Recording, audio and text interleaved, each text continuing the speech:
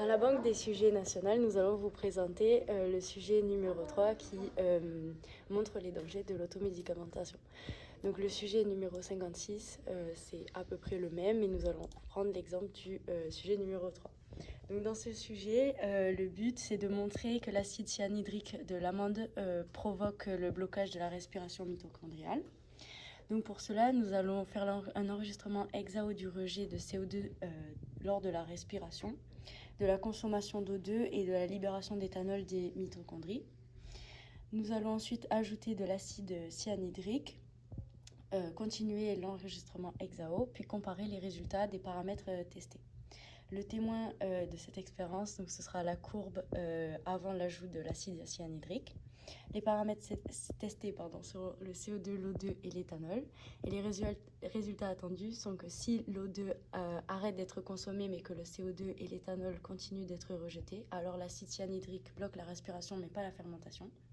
Alors que si l'O2 n'est plus consommé et que le CO2 et l'éthanol ne sont plus rejetés, alors l'acide cyanhydrique bloque la respiration des fermentations.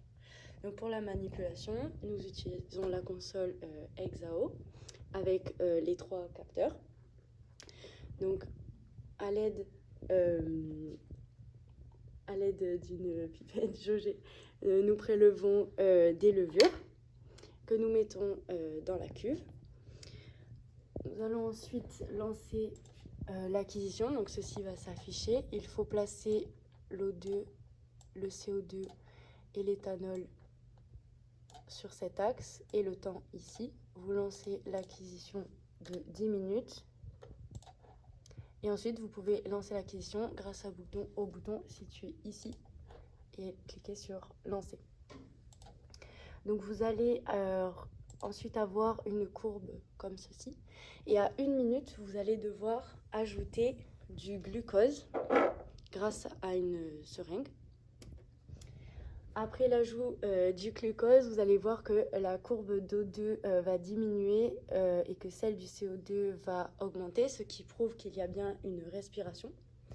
Puis, vous allez pouvoir, ce que nous n'avons pas pu faire, ajouter de l'acide cyanhydrique au bout d'un certain temps.